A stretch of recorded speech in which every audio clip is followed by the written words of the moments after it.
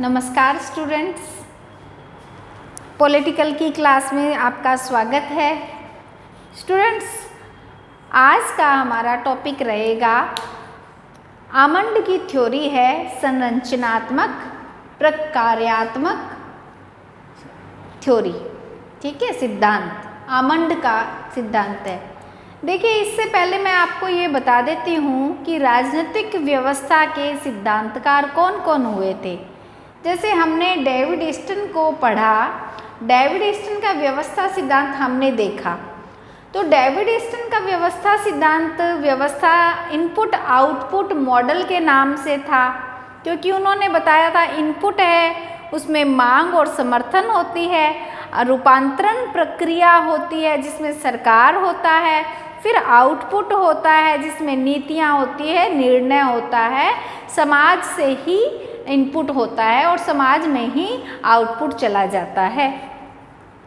तो देखिए, राजनीतिक व्यवस्था के कई सिद्धांतकार होते हैं। राजनीतिक व्यवस्था के कई सिद्धांतकार होते हैं। जैसे कौन कौन से हैं, मैं आपको नाम बताती हूँ कि डेविड ईस्टन पहला ऐसा विचारक है जिसने राजनीतिक व्यवस्था के बारे में विचार दिया था, और इनके जो मॉडल का नाम है वो है इनपुट आउटपुट मॉडल। तो डेविड ईस्टन ने राजनीतिक व्यवस्था का सिद्धांत इनपुट आउटपुट मॉडल के नाम से दिया था।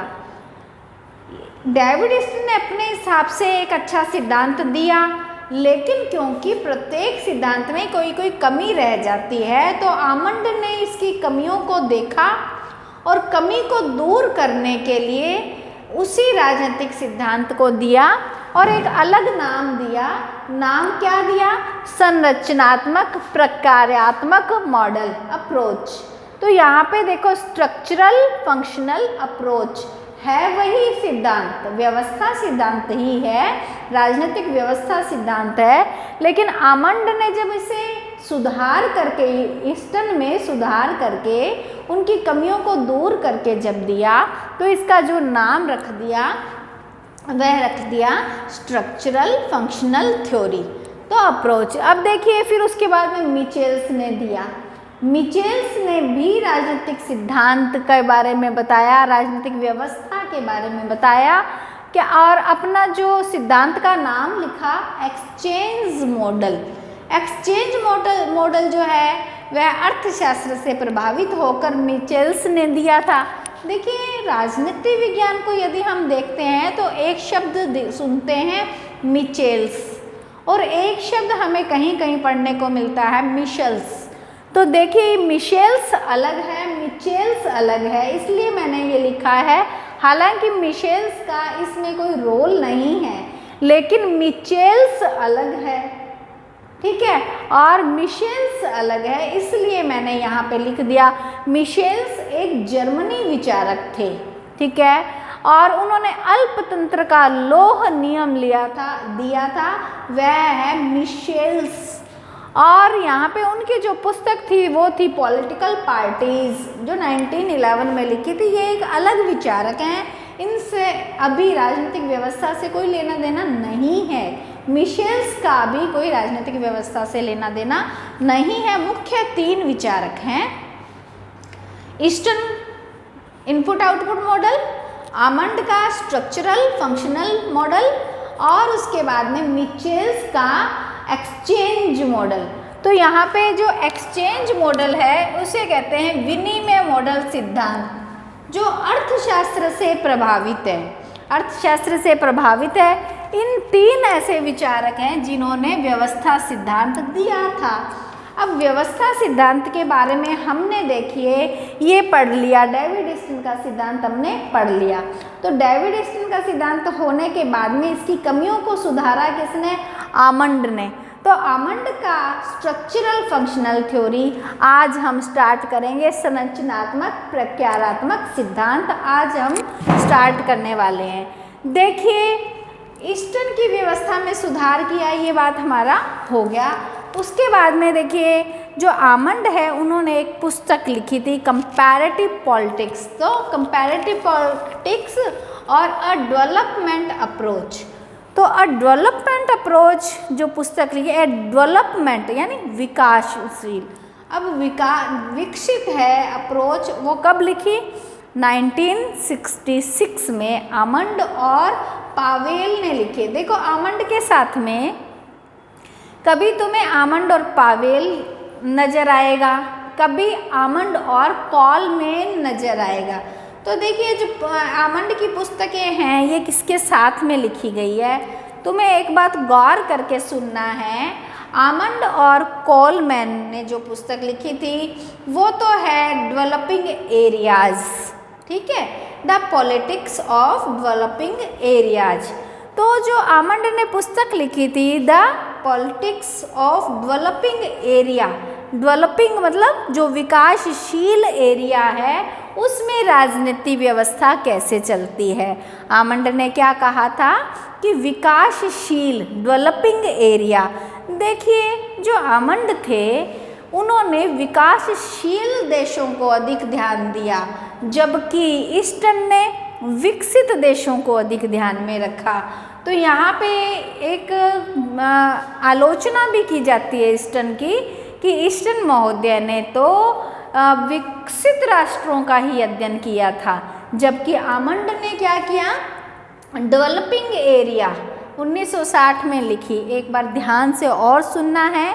आमंड और कॉलमैन ने 1960 में एक पुस्तक लिखी थी जिसका नाम था the politics of developing area, ठीक है। यहाँ पे देखिए इसने क्या किया था? ईस्टन के मॉडल की आलोचना की थी, ईस्टन की मॉडल की आलोचना की थी। मैंने तुम्हें बताया था ईस्टन ने द पॉलिटिकल सिस्टम दिया था 1953 में, है ना। तो उसकी आलोचना करी थी किसमें? The politics of developing area. यहाँ पे इसने ईस्टन के मॉडल की आलोचना की। तो दिया किसमें? उसके बाद में आमंड ने देखिए 60 में तो आलोचना कर दी, 6 साल उसको और लगे, और 66 में कहा कंपैरेटिव पॉलिटिक्स करनी है, हमें कंपेयर करना है डेवलपिंग में और डेवलप्ड में। तो फिर पॉलिटिक्स डेवलपमेंट अप्रोच, यहाँ पे इसमें मॉडल को वर्णन कर दिया। अपने मॉडल का वर्णन किस में किया है? कंपैरेटिव पॉलिटिक्स और डेवलपमेंट अप्रोच में अपने मॉडल को तो वर्णन यहाँ पे किया, लेकिन ईस्टन के मॉडल की आलोचना इसने कहाँ पे करी? The politics of developing area 1960 में करी है। यहाँ तक देखिए। अब बात ये आती है कि इन्होंने कैसे, देखिए जो ईस्टन थे उन्होंने संरचनाओं पे अधिक महत्व दिया। उन्होंने कहा इनपुट होता है, इनपुट में मांग है, समर्थन है, प्रोसेस है, प्रोसेस के बाद में आउटपुट है, व्यवस्थापिका है, कार्यपालिका है, नीतियां हैं, यहाँ पे निर्णय है, ये सब बातों को अधिक महत्व दिया। जबकि यहाँ हम देखेंगे कि जो ईस्टन के अलावा ये जो आमंड है ये कार्यों पर अधिक महत्व देते हैं। किस पे महत्व देते हैं? कार्यों पर अधिक महत्व देते हैं, संरचनाओं पर कम और कार्यों पे अधिक। जबकि ईस्टन संरचनाओं पे तो अधिक बल देते हैं और कार्यों पे कम महत्व देते हैं। आमंड का जो मॉडल है देखिए डेवलपिंग एरिया 1960 में बना है, डेवलपिंग एरिया। तो यहाँ पे विकासशील देशों की राज्य व्यवस्था से संबंधित है। इसके बाद में देखिए जो यहाँ पे हम संरचनात्मक प्रक्रियात्मक थ्योरी को पढ़ रहे हैं, ये थ्योरी निष्पादन परफॉर्मेंस सिद्धांत भी कहलाती है। मैं ये आगे स्पष्ट करूँगी कि कैसे परफॉर्मेंस थ्योरी है। देखिए ये बताते हैं कि राजनीतिक दल है और जो दबाव समूह है उनकी परफॉर्मेंस क्या रहती है व्यवस्था में। राजनीतिक दल और दबाव समूह की परफॉर्मेंस राजनीतिक व्यवस्था में क्या रहती है, ये चीज़ यहाँ नोट करते हैं। तो अभी मैं तुम्हें समझा देती हूँ कि जो आमंड महोदय है, आमंड ने बताया भी किसी भी राजनीतिक व्यवस्था में 3 बातें होती हैं। राजनीतिक व्यवस्था की 3 विशेष बातें क्या है? एक तो अंतर्निर्भरता। देखो सभी अंग एक दूसरे से स्वतंत्र है, स्वतंत्र होने के साथ साथ में सभी अंग एक दूसरे पर अंतर्निर्भर है। ठीक है, ये ईस्टर्न ने भी बताया था। यहाँ पे देखिए उसके बाद में है सर्वव्यापकता या विशालता। राजनीतिक व्यवस्था एक विशाल है, सर्वव्यापक है। सर्वव्यापक का अर्थ क्या है? इसमें औपचारिक अध्ययन भी होते हैं, औपचारिक के अलावा अनौपचारिक अध्ययन भी होते हैं। तो औपचारिक और अनौपचारिक दोनों अध्ययन होते हैं। औपचारिक संस्थाएं कौन सी आएंगी? व्यवस्थापिका, कार्यपालिका, न्यायपालिका। और अनौपचारिक में क्या क्या आएंगे? राजनीतिक दल आ जाएंगे, दबाव समूह आ जाएंगे, ये सारे अनौपचारिक। तो देखिए मैंने तुम्हें बताया था परफॉर्मेंस की बात करता है निष्पादन, यहाँ पे ये कहता है सर्वव्यापकता, अर्थात इसमें औपचारिक अध्ययन भी होते हैं और अनौपचारिक अध्ययन भी होते हैं। तो इस प्रकार से देखिए हमने देखा कि यहाँ पे अब अनौपचारिक संस्था कौन सी है? अनौपचारिक संस्था में राजनीतिक दल आ जाएंगे, दबाव समूह आ जाएंगे, इन सब की परफॉर्मेंस भी होनी चाहिए। जबकि हमने ईस्टर्न के मॉडल में देखा था कि नियामकीय तंत्र में, है ना, रेगुलेटिंग मैकेनिज्म में देखा था कि दबाव समूह, राजनीतिक दल गेट कीपर के जैसे काम करते थे, और यहाँ वो उनकी परफॉर्मेंस देख रहे हैं आमंड। तो यहाँ पे हमने ये देखा कि औपचारिक और अनौपचारिक यानी कि सर्वव्यापक और विशाल अध्ययन करता है। उसके बाद में है सीमा। तो सीमा का अर्थ ये है कि राजनीतिक व्यवस्था में एक सीमा होनी चाहिए। कहते प्रत्येक व्यवस्था काम तो सब करती है, लेकिन फिर भी किसी न किसी प्रकार की सीमा होनी चाहिए। यहाँ सीमा नहीं होने के बाद में सिस्टम सही नहीं बैठेगा। और सीमा का अर्थ है जहाँ दूसरी व्यवस्था समाप्त होती है वह राजनीतिक व्यवस्था वहाँ प्रारंभ होती है। एक स्पष्ट सीमा होनी चाहिए, एक स्पष्ट बाउंडेशंस होनी चाहिए।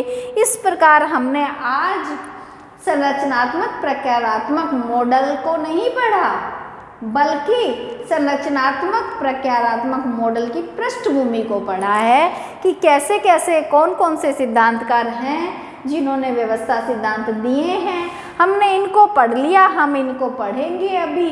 और उसके बाद में हमने देखो यहाँ पे देखा कि ईस्टर्न का व्यवस्था सिद्धांत को ही आमंड ने नाम बदल दिया संरचनात्मक प्रकार्यात्मक। ठीक है, ये शॉर्ट फॉर्म में मैंने लिखा है संरचनात्मक प्रकार्यात्मक।